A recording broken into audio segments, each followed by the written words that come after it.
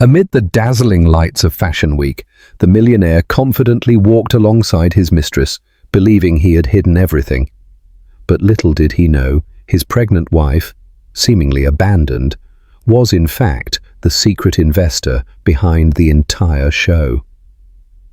And now, let's uncover this story together. The flash of a paparazzo's camera is a brutal thing. It doesn't just capture an image, it exposes a truth, freezing a single devastating moment for eternity.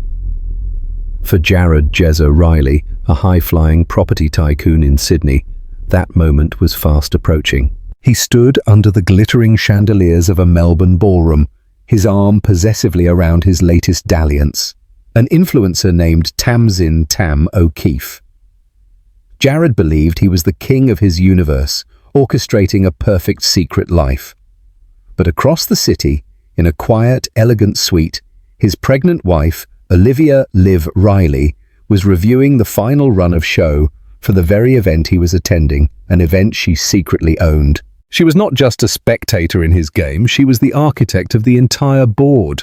The silence in Jared and Olivia Riley's Darlinghurst penthouse was a specific kind of quiet. It wasn't peaceful. It was heavy with the things left unsaid. It clung to the minimalist furniture and echoed off the floor-to-ceiling windows that overlooked the botanic gardens. From this height, the city looked like a circuit board, a complex network of glittering lights and interconnected lives. For Liv, it felt like a cage, albeit a beautifully gilded one. At 32, Olivia Winslow Riley possessed a quiet grace that was often mistaken for fragility. She had old money in her veins, the kind that didn't need to announce itself. Her family, the Winslows, had built their fortune in Australian wool and textiles over generations, a legacy of artistry and shrewd business acumen that she had inherited in full. But when she married Jared Riley 5 years ago, she had willingly stepped back, allowing his explosive success in the world of venture capital to take center stage.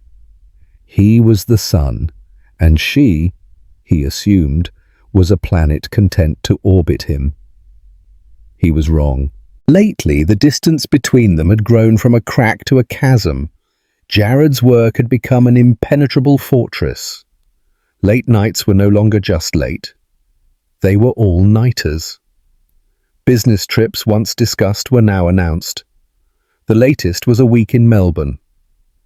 "It's the final push for the Green Valley acquisition," he'd said, loosening his tie as he walked into their cavernous bedroom. He didn't look at her, his eyes already on his phone, scrolling through messages. "Absolutely critical. I'll be in meetings day and night." Liv sat on the edge of their bed, one hand resting protectively on the gentle swell of her stomach. At 4 months pregnant, the reality of the new life she was carrying was both a source of profound joy and a terrifying vulnerability. "Melbourne," she said, her voice soft. "That's sudden." "Finance doesn't wait, Liv," he said, the nickname, a relic of a time when it sounded like an endearment, not a dismissal. He tossed his jacket onto a chair, the fabric a whisper of tailored expense. "You know how it is." She did. She knew all too well. She also knew that Green Valley Holdings had no significant operations in Victoria. Their headquarters were in Perth, and she knew that Melbourne Fashion Week was starting in 3 days. The pieces clicked into place with a sickening familiar certainty. She had seen the signs for months. The scent of a perfume that wasn't hers clinging to his coat, the way he angled his phone away from her, the credit card statements for gifts she never received, a Cartier bracelet here, a reservation at a restaurant for 2 there.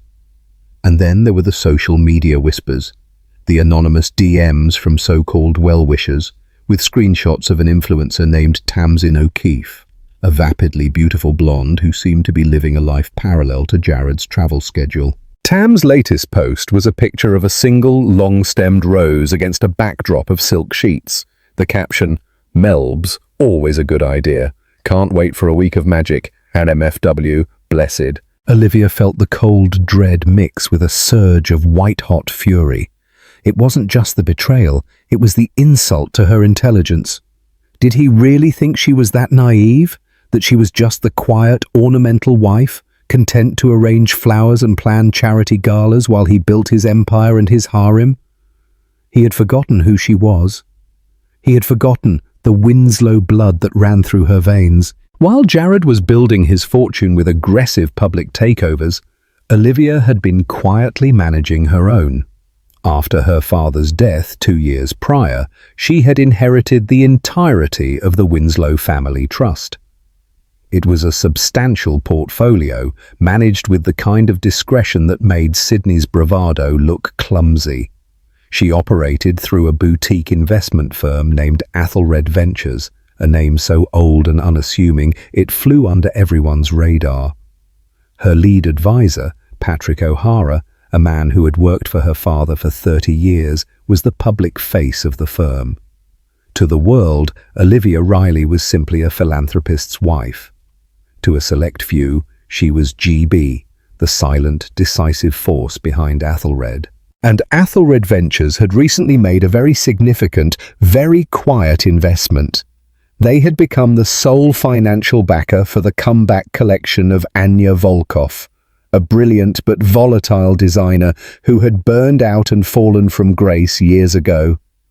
Volkov's show was slated to be the most anticipated, most exclusive event of Melbourne Fashion Week. Olivia hadn't just invested money, she had invested her belief in Anya's raw, untamed talent. She had spent the last 6 months working via video calls and encrypted emails with Anya and Patrick, meticulously planning every detail of the show that would not only relaunch a career, but solidify Athelred's position as a patron of true artistry. Jared knew nothing about it. He saw her inheritance as a quaint nest egg, something for her to play with. He had no idea that her nest egg could swallow his entire fund without a trace of indigestion. As he finished packing his suitcase, too many casual shirts for a critical acquisition, Olivia made a decision. The quiet grief that had shrouded her for months began to solidify into something harder, something with a sharp and unforgiving edge. She would not confront him. She would not cry or scream or throw his betrayal in his face.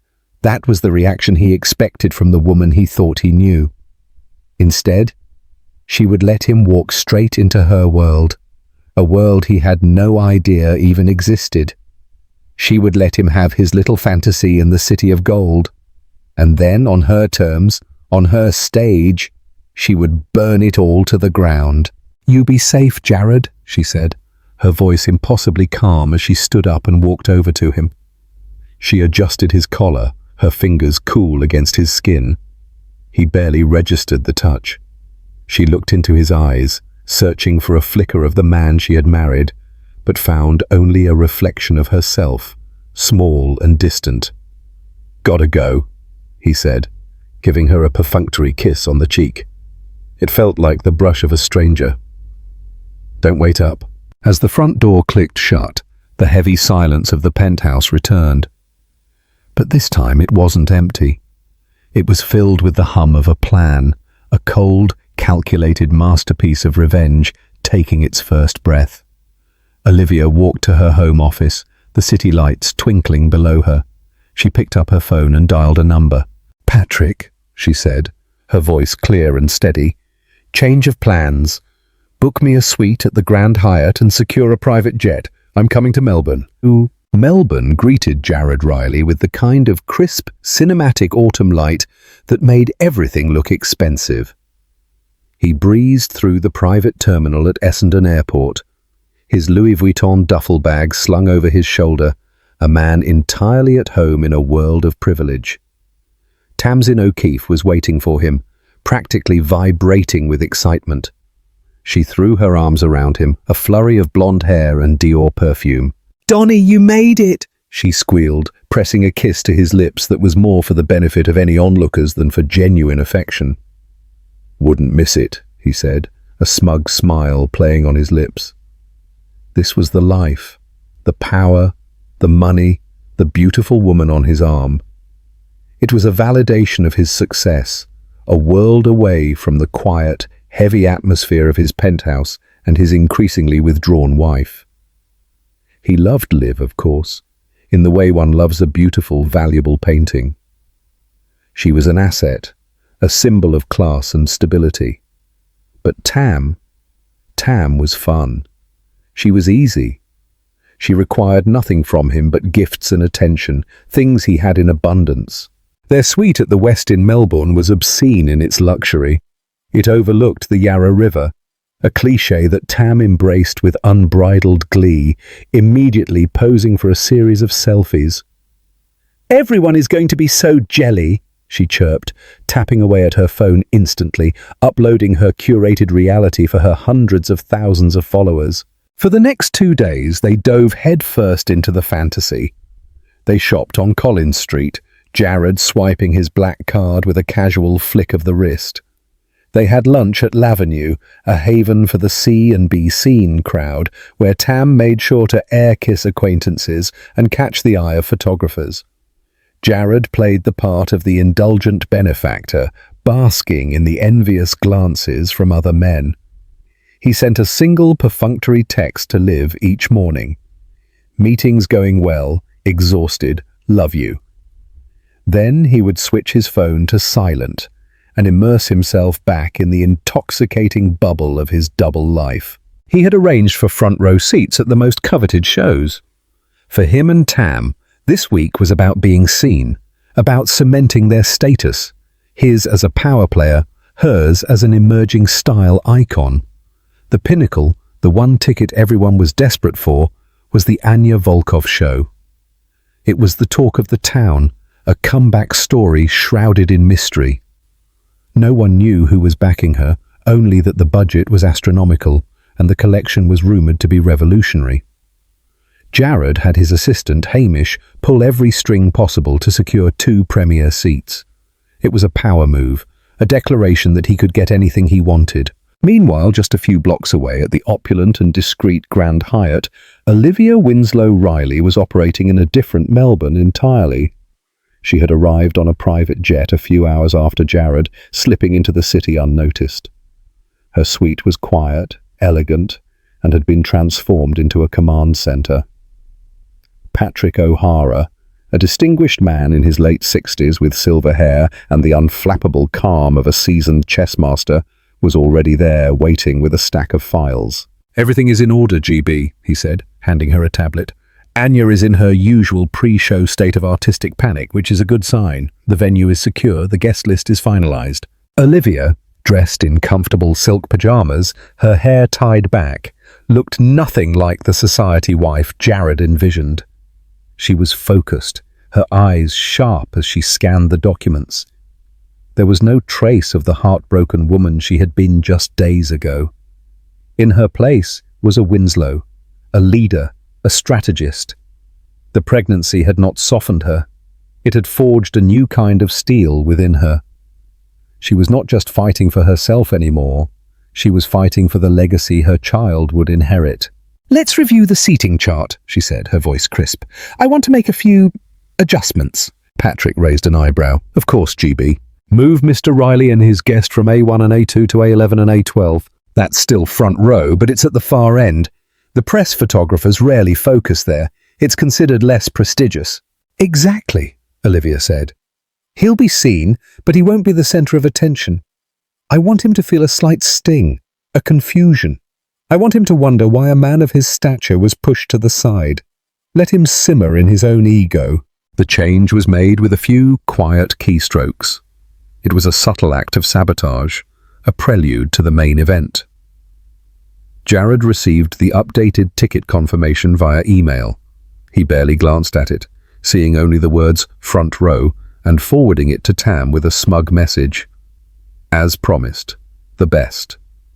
He was too busy fielding calls and projecting the image of a man closing a multi-billion-dollar deal to notice the small detail of the seat numbers. Tam, however, did notice. As an influencer, the currency of her world was proximity to power and the camera lens. Seats A1 and A2 were prime real estate. A11 and A12 were acceptable, but not the statement she had been promised. "Donnie, are you sure these are the best seats?" she asked, a slight whine in her voice as she looked at the email on her phone. They were in the hotel bar, Tam sipping a cider, Jared a glass of Macallan 25. My friend Ashley is in A4 for the Chanel show, and she said anything past A10 is practically social Siberia. Jared frowned, taking the phone from her. He saw the numbers and felt a flicker of annoyance. It was an insult. A man like him should be at the very center. He immediately called his assistant, Hamish. "What the hell is this?" he barked into the phone, his voice low but sharp. "A11 and A12? I told you to get me the premier seats." Hamish's flustered voice came through the line from Sydney. "Mr. Riley, I'm so sorry. I confirmed A1 and A2. I have the original email. They must have changed it on their end. They sent an apology saying there was a last-minute shuffle to accommodate a representative from the investment group backing the show. They were very discreet, sir. The backer is notoriously private." A representative from the investment group. Jared's annoyance subsided, replaced by a grudging respect. It was a power play, and he understood power. He might not be at the dead center, but he was still in the front row. It was a minor setback. "Fine," he snapped, hanging up. He turned to Tam, his confidence restored. A minor clerical error. Apparently the show's mysterious billionaire backer needed the prime seats for their people. "Don't worry, we'll still be the most photographed couple there." Tam pouted, but accepted his explanation. The mysterious billionaire backer angle was at least a good story to tell her followers. The incident was a small victory for Olivia. She had successfully planted the first seed of doubt in Jared's impenetrable self-assurance, and she had done it from miles away without ever showing her hand. She had made him feel the influence of a power greater than his own, a power he had no idea was his wife. The day before the show, a more significant problem arose. Patrick arrived at Olivia's suite with a worried look on his face. "We have an issue, GB," he said, forgoing any pleasantries. "Anya is threatening to pull the finale piece." Olivia's brow furrowed. The finale piece was the collection's masterpiece, an intricate hand-beaded gown that had taken over 800 hours to create. It was the emotional and artistic core of the entire show. Why? She says it's too personal, too revealing. She's having a crisis of confidence. She's locked herself in her studio and won't speak to anyone. This was not a minor seating arrangement. This could jeopardize the entire event, an investment of millions of dollars and countless hours. The old Olivia might have panicked, might have deferred to Patrick, but the new Olivia stood up, her resolve hardening. "Get the car," she said. "I'll speak to her myself." "GB, are you sure? The investor has always remained anonymous. It's part of the mystique." "The mystique won't matter if there's no show," she countered. "Anya doesn't need to know I'm Olivia Riley. She just needs to meet GB from Athelred Ventures." Anya Volkov's atelier was a chaotic explosion of creativity. Fabric bolts, sketches, and half-finished garments were strewn everywhere. Anya herself was a tempestuous woman in her late 40s, with fiery red hair and eyes that burned with a fierce, unstable intensity. She was sitting on the floor, surrounded by discarded sketches, a bottle of gin on the table beside her.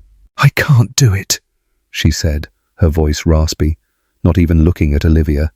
"That dress. It's everything I am.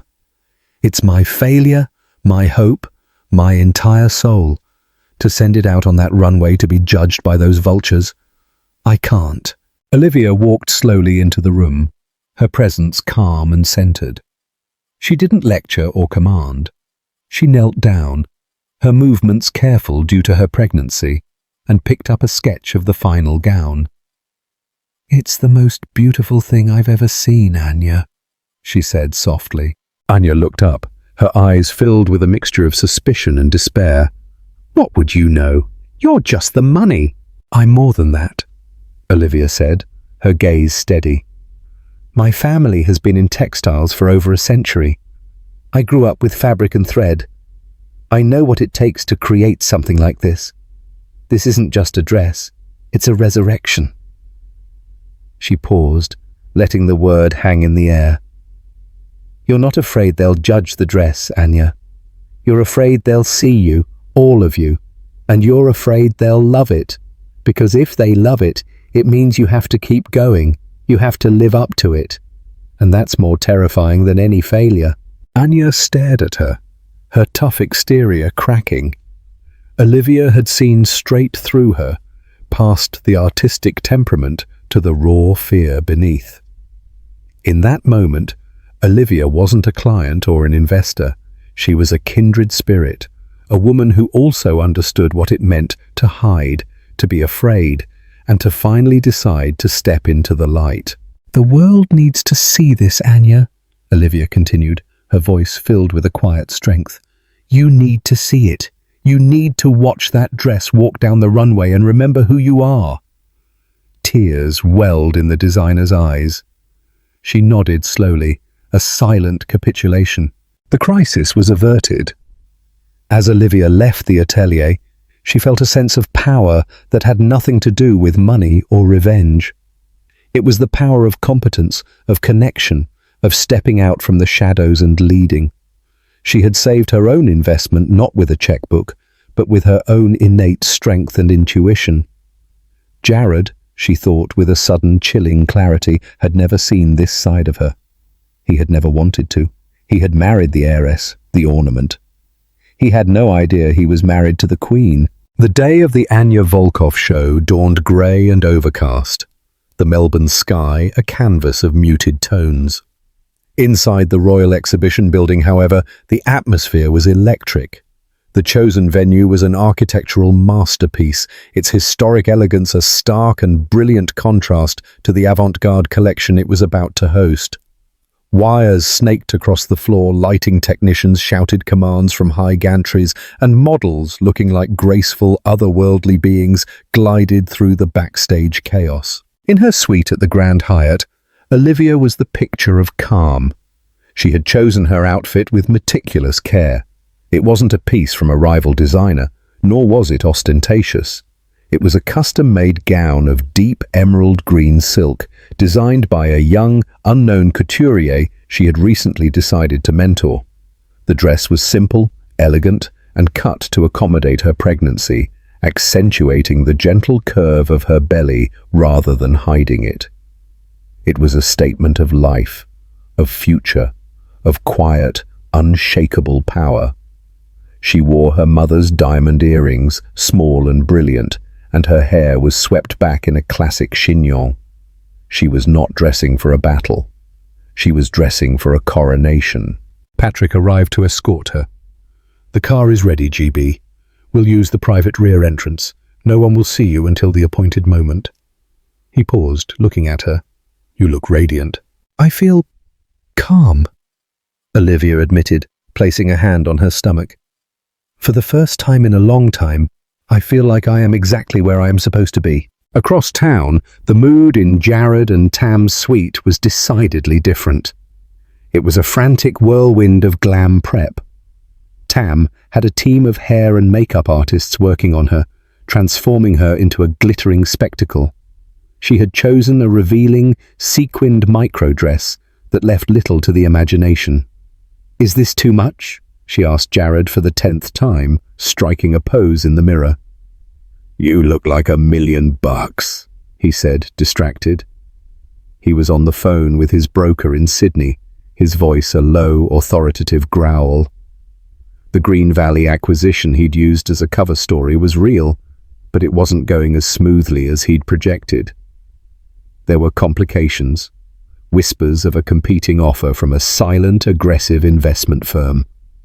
The pressure was mounting, and his Melbourne escape was beginning to feel less like a holiday and more like a necessary distraction.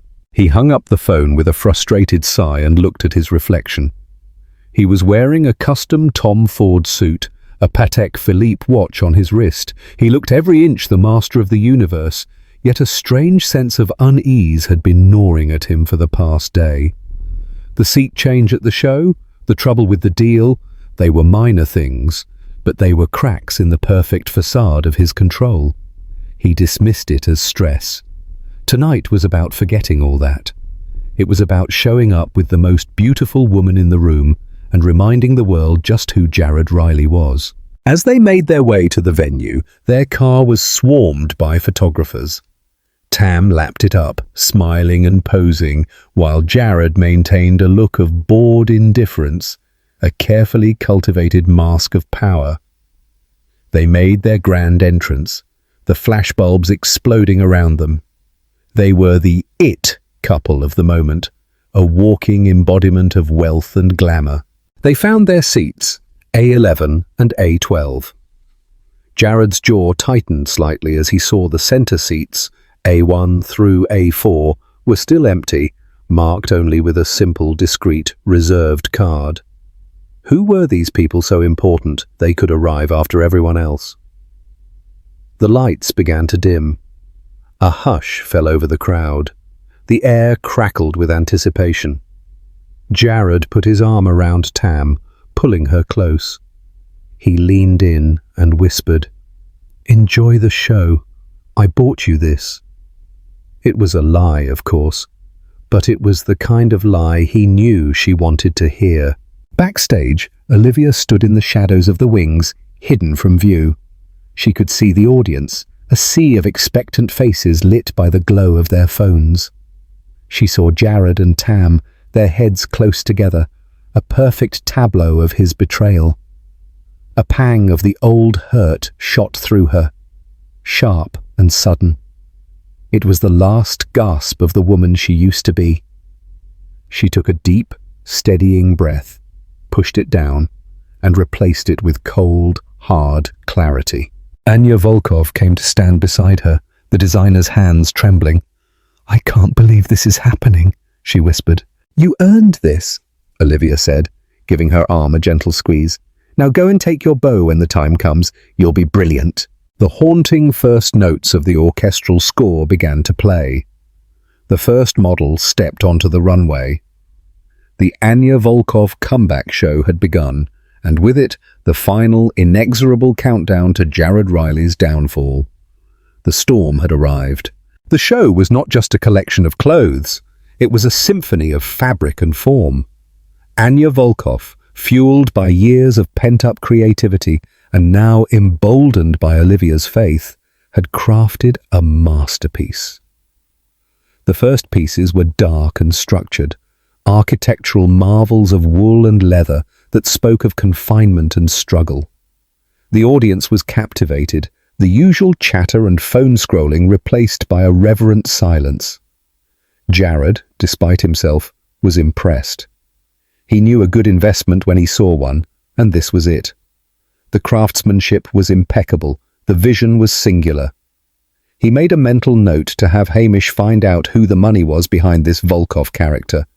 There could be an opportunity here. Beside him, Tam was filming every look for her Instagram story, providing breathless, inane commentary like, "OMG, so fierce, and I die." As the show progressed, the collection transformed. The dark, rigid silhouettes softened, giving way to flowing silks and rich velvets in shades of sapphire, amethyst, and finally, a triumphant, brilliant gold. It was a narrative of emergence, of breaking free.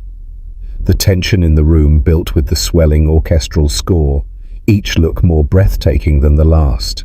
Olivia watched from the wings, her heart swelling with pride for Anya. But she was also watching Jared. She saw his appraising glance, the way his mind was clearly calculating angles and opportunities. He was seeing the show as a commodity, a potential acquisition. He had no concept of the soul that had been poured into it.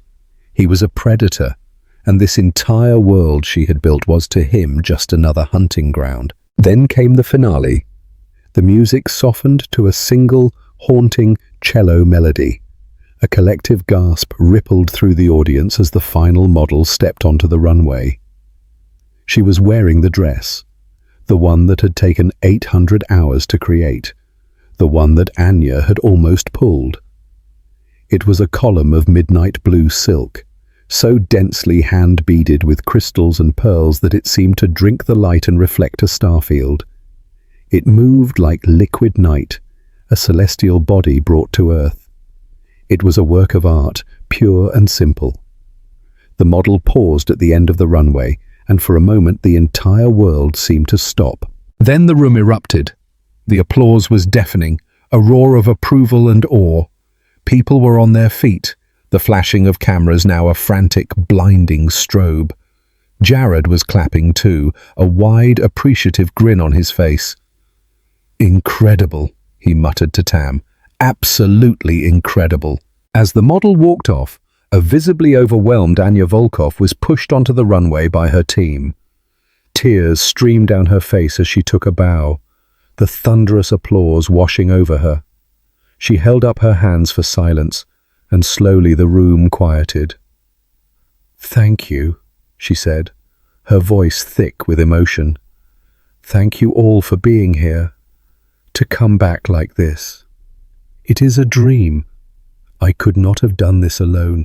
I have my incredible team, my models, but there is one person without whom none of this, not a single thread, would have been possible." Jared leaned forward slightly, intrigued. The mysterious backer. This was the moment. He expected some reclusive European industrialist or an Arab sheikh to be named. "This person found me when I had given up on myself," Anya continued, her voice growing stronger. "They invested not just their money but their faith. They demanded excellence, but they did so with grace and a deep understanding of the artistic soul. The world knows them by the name of their firm, Athelred Ventures, but I know them as a partner and a visionary." In the wings, Patrick gave Olivia a small, encouraging nod. This was her cue. Her stomach fluttered, a mixture of nerves and adrenaline. She took one last deep breath, her hand resting on her baby, a silent promise. "This is for us." On stage, Anya smiled. "Tonight, for the first time, my partner has agreed to step out of the shadows. Please join me in welcoming the true force behind this collection." Olivia stepped out from the darkness of the wings and into the brilliant white light of the runway. Time seemed to warp and slow. For a few seconds, the audience was confused, seeing only an elegant, pregnant woman in an emerald green dress joining the designer. Who was this? An actress? A muse? Anya's voice rang out clear and proud. "The head of Athelred Ventures, my collaborator and my friend, Olivia Winslow Riley." The name hit the room like a sonic boom. Riley. 100 camera lenses swiveled as one, away from the stage and toward the front row. They searched, found their target, and opened fire. Jared had been clapping, a polite, detached smile on his face. When he heard her name, his hands froze mid-air. The smile dissolved, replaced by a mask of utter, slack-jawed disbelief. His mind reeled, unable to process the information. Liv, his quiet, docile Liv, Athelred Ventures, the secret backer. It was impossible. It was a dream, a nightmare. He looked from the stage to the seating chart in his mind. The reserved seats, A1, A2. The representative from the investment group. It was all for her. The shift in his own seats wasn't a clerical error. It was a deliberate, calculated insult. Tam, beside him, was just as stunned. Her mouth hung open, her perfectly glossed lips forming a silent O. She looked from the radiant, powerful woman on the stage to the ashen-faced man beside her, and the sickening truth crashed down on her. The woman on stage was his wife, the pregnant wife he had told her was visiting her mum in the countryside. The popping of the flashbulbs was now a relentless, percussive assault, a machine gun fire of humiliation aimed directly at Jared. He felt 1,000 eyes on him, their gazes a mixture of pity, scorn, and schadenfreude. His perfect world, his carefully constructed double life, had not just been exposed, it had been publicly, spectacularly, and masterfully detonated. On the stage, Olivia did not look at him, not once. She stood tall, a serene smile on her face, one hand resting on her pregnant belly. She looked out at the adoring crowd, at the industry that was now hers to command. She wasn't the wife scorned, she was the victor. She had taken the stage he thought was his and revealed it was her kingdom all along. She leaned into the microphone Anya was holding. "True art deserves to be seen," she said, her voice steady and clear, ringing through the silent hall. "And true strength is often found in the places you least expect it." Her words were for the audience, but her message was for one man only. It was a declaration of independence, a final, devastating checkmate. In the blinding glare of the spotlights, Jared Riley finally saw his wife for who she truly was. And in the same instant, he realized he had lost everything. The chaos that erupted after Olivia's speech was instantaneous and total. The show was no longer the story. The Rileys were. Ushers and security struggled to maintain order as journalists, bloggers, and industry gossips surged toward the front row, their phones held aloft like weapons. "Mr. Riley, what's your reaction? Is your wife the secret investor?" "Tam, were you aware Mr. Riley was married?" Jared was frozen in his seat, the flashes reflecting in his wide, unseeing eyes. He was a statue in a hurricane of his own making. Tam, recovering her senses first, did the only thing she knew how to do. She fled. Scrambling for her purse, she pushed through the throng, her face a mask of horror and humiliation, tripping over a photographer's bag in her haste to escape the toxic blast radius of the scandal. She was collateral damage, a footnote already being written. Jared finally moved, his limbs stiff, robotic. His only thought was to get to Olivia, to talk to her, to control the narrative, to fix this. He pushed his way toward the stage, but a wall of security guards materialized, blocking his path. They were large men in sharp suits, polite but unmovable. "I need to see my wife," he snarled, his voice raw. "Mrs. Riley is not available at the moment, sir," the head of security said, his expression impassive. From behind them, Patrick O'Hara appeared, his face a mask of cool disappointment. "Jared," he said, the use of his first name a clear and deliberate breach of professional decorum. "I think you've caused enough of a scene. It's time for you to leave." "Patrick, you're in on this?" Jared felt a fresh wave of betrayal. This man had been a fixture in Liv's life for years, a quiet, grandfatherly figure. Now he looked at Jared with the cold eyes of an executioner. "I work for the head of Athelred Ventures," Patrick stated simply, "and my employer has requested that you be escorted from the premises." Humiliation burned through Jared. To be thrown out of his own wife's event was an indignity he could barely comprehend. Defeated, he allowed the guards to steer him through a side exit, away from the prying eyes of the press, and into the cold Melbourne night. The air felt thin, and he struggled to breathe.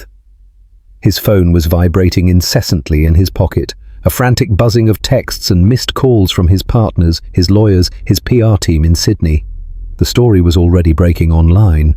Property tycoon Jared Riley's wife revealed as secret fashion mogul in shocking public reveal. The headlines were brutal, painting him as a fool and a cheat. He got back to the Westin to find his fantasy suite stripped of all its magic. Tam's things were gone, hastily packed and vanished. He was alone. He tried to call Liv, but the call went straight to voicemail. He texted her a frantic series of messages. "Liv, we need to talk. This is a misunderstanding. I can explain everything. Please, call me." Silence. He poured himself a large scotch and turned on the television. Every Aussie news channel, every international style program was leading with the story. They showed the clip of Olivia on the runway, looking regal and powerful. Then they would cut to a grainy, zoomed-in shot of his face, his expression of slack-jawed shock, a perfect meme of downfall. They showed Tam's panicked escape. They were dissecting his life, his marriage, his infidelity for the world to see. An hour later, there was a knock at his door. He flung it open, hoping, praying it was Liv. It was a hotel manager, flanked by two bellhops. "Mr. Riley," the manager said, his voice polite but firm. "We've been informed that the reservation for this suite has been cancelled. The bill has been settled in full by Athelred Ventures. We can, of course, arrange another room for you at the standard rate." Jared stared at him, dumbfounded. She was kicking him out, not just from her event, but from his own hotel suite, a suite he thought he had paid for. He now realized the black card he'd been using all week was a supplementary card on an account ultimately controlled by her family trust. He had been funding his affair with her money. The humiliation was so profound it was almost physical. He felt sick. He packed his bags in a daze and checked into a standard room, a sterile, anonymous box that felt like a prison cell. Finally, his phone pinged with an email. It wasn't from Olivia. It was from her lawyer, a name he recognized from one of the most formidable divorce law firms in Sydney. The email was short and brutally efficient. It informed him that divorce proceedings were being initiated on the grounds of adultery. It stated that as per their prenuptial agreement, which he had insisted upon to protect his assets, any infidelity on his part would render the contract's division of assets null and void in her favour. It detailed how his flagrant and public affair with Ms. O'Keefe, now globally documented, constituted an undeniable breach. Attached was a term sheet. It was not a negotiation. It was a surrender document. She wasn't just leaving him. She was systematically dismantling the empire he thought was his. Athelred Ventures, it turned out, held significant non-public stakes in several companies his fund had been targeting. She had the power to disrupt his business in ways he had never imagined. He finally understood. This wasn't a crime of passion. This was a premeditated assassination of his character, his reputation, and his career. Every step had been planned. The public reveal, the media storm, the lawyers moving in for the kill. He sat on the edge of the cheap hotel bed, the email glowing on his phone screen. The scotch did nothing to numb the feeling of being utterly outplayed. He had seen Olivia as a beautiful, fragile object to be possessed, a masterpiece for his collection. He had never once bothered to look at the artist's signature, to understand the mind and the will that had created her. He had loved the gilded cage, never realizing she was the one who held the key. The silence from her was no longer just an absence of sound. It was the sound of his world ending. 6 months later, the cherry blossoms were blooming in the botanic gardens. The world had moved on, as it always does, but the landscape of several lives had been irrevocably altered. The name Jared Riley was now a cautionary tale whispered on Wall Street and in Bondi. The public, brutal nature of his divorce had been a spectacle. Olivia's legal team, armed with irrefutable proof and the full force of her financial power, had been merciless. He lost more than half of his net worth, but the real damage was to his reputation. Investors, spooked by his recklessness and the revelation that his wife had been the shrewder financial mind all along, began to pull their money from his fund. The Green Valley acquisition he had been chasing fell apart when Athelred Ventures quietly backed his competitor. His empire, built on a foundation of aggressive confidence, crumbled when that confidence was exposed as hollow arrogance. He was forced to sell his penthouse, downsize his company, and fade into a world of diminished influence, a ghost of the tycoon he once was. Tamsin O'Keefe's 15 minutes of fame had been brutal. She became a pariah, a meme for infidelity. Brands dropped her, and her social media comments were a toxic wasteland. She tried to sell her story, but it only painted her as a pathetic, clueless homewrecker. She eventually deleted her accounts and disappeared from the public eye, a casualty of a war she hadn't even known she was fighting. And Olivia thrived. She had given birth to a healthy baby girl whom she named Audra Winslow. She kept her mother's maiden name for her daughter, a deliberate choice to ground her in a legacy of female strength and resilience untainted by the Riley name. Athelred Ventures, no longer operating in the shadows, became a major force in the worlds of fashion, tech, and sustainable enterprise. Olivia, as GB, was the subject of laudatory profiles in Forbes and the Wall Street Journal. They called her the Velvet Hammer, a brilliant, intuitive investor with an iron will. She never once spoke publicly about her divorce or Jared. She didn't have to. Her success was the only statement she needed to make. She moved out of the cold, minimalist penthouse and bought a historic terrace house in Paddington, filling it with warmth, art, and the happy gurgles of her daughter. Patrick O'Hara remained her steadfast advisor, now a doting honorary grandfather to Audra. Anya Volkov, her career resurrected and soaring, became one of Olivia's closest friends. One bright spring afternoon, Olivia was pushing Audra in a stroller through a quiet part of the park. The sun was warm on her face. She felt a profound sense of peace, a wholeness she hadn't known was possible. Her life was not what she had planned, but it was hers, built by her own hands on her own terms. As she rounded a bend, she saw him. Jared was sitting alone on a park bench, looking older, smaller. He wore a simple polo shirt and trousers, a far cry from his former armor of bespoke suits. He was staring at the water, his expression empty. He didn't see her. For a moment, she considered stopping. What would she say? What could be said? But she realized there was nothing left. He was a chapter from a different book, a different life. Her story was no longer about him. It was about the tiny, sleeping girl in the stroller before her. It was about the future. With a quiet sense of finality, she adjusted the blanket around Audra and continued on her path, walking away from the man on the bench and into the brilliant sunshine of her new life. She had not just survived his betrayal, she had used its fire to forge a new, stronger, and more beautiful legacy for herself and for her daughter. In the end, this wasn't just a story of infidelity. It was a story about being underestimated.